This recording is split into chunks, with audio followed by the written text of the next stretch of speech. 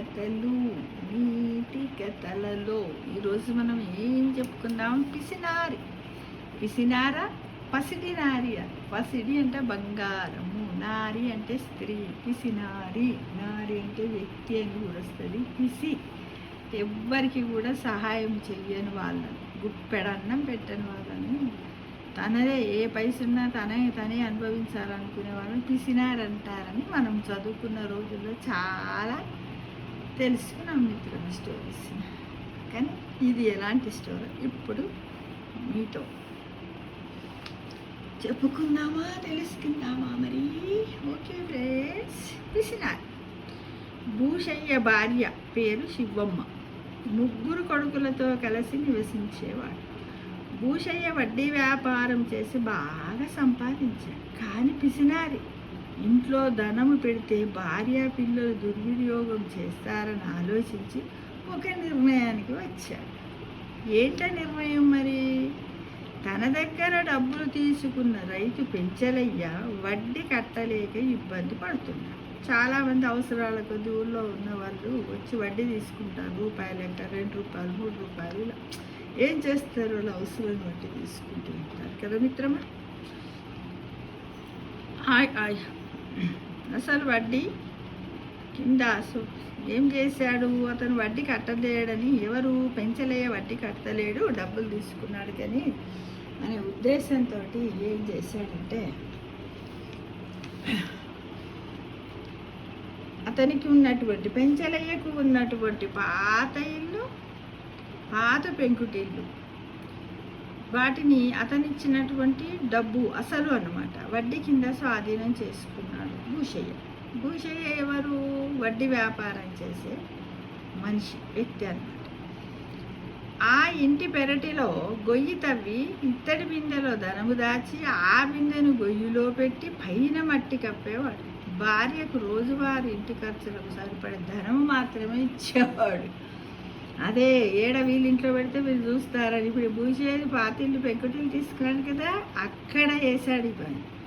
ఒకసారి పండగ వచ్చిందని శివమ్మ పాయసం చేసింది.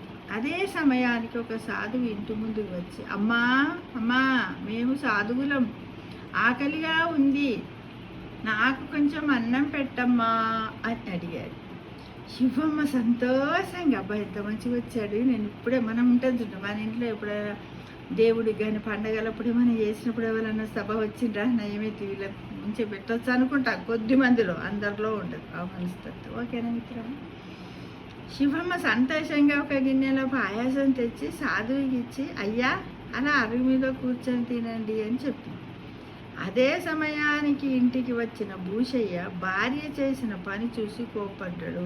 మొద్దు మొహమా, వెర్రి మొహమా, ఏంటే నువ్వు అలా ఇది పెట్టావు, అది ఇదని అనవసరంగా కోప్పడ్డాడు. ఆ మాటలు విన్న సాధువు, అనవసరంగా ఇంటి ఇల్లాలని అన్నావు, నీవు కూడబెట్టినదంతా దొంగలు దోచుకుంటారు అన్నాడు. శాపం ఇచ్చాడనమాట సాధువు.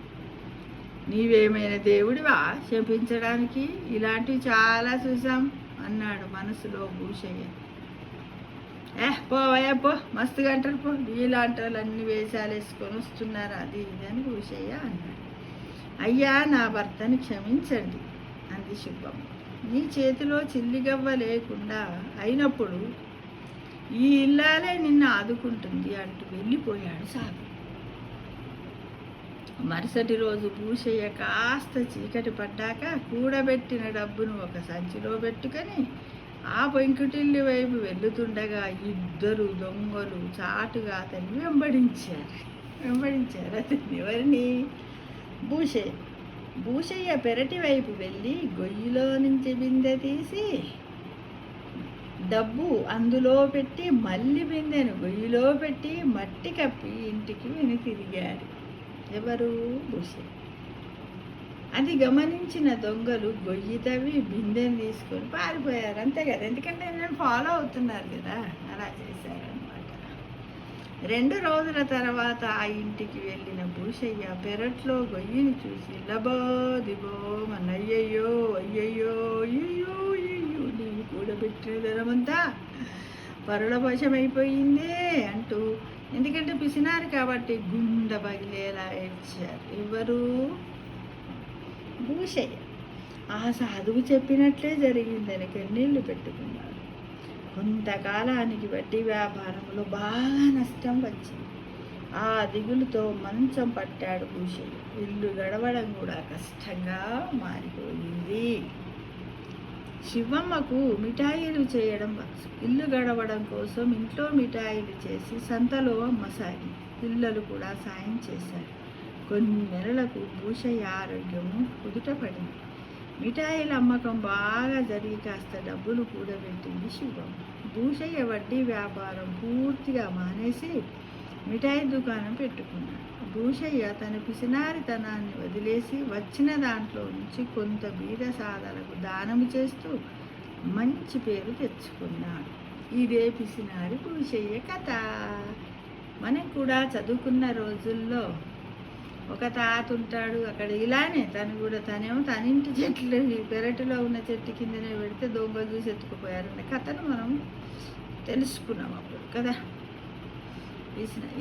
ఇదేంటి చూడండి, అంటే మనిషి ఏది కానీ తను డబ్బు ఉండగానే అహంకారంగా ఉండకూడదు. అందరితో ఉండాలి. ఎవరికైనా కొంచెం సాయం చేయాలి. ఇంటి ముందుకు వచ్చినప్పుడు మరీ బుక్కెట్ పెట్టకని నేను ఎవ్వరు పెట్టా, నా డబ్బు నా ఇష్టం, భార్య పిల్లలు ఎవ్వరికి ఇవ్వకుండా డబ్బే సర్వస్వం, నేనే డబ్బు అన్నట్టుగా బ్రతకకూడదు అనే విషయాన్ని ఈ పిసినారి కథ ద్వారా తెలుసుకున్నాం.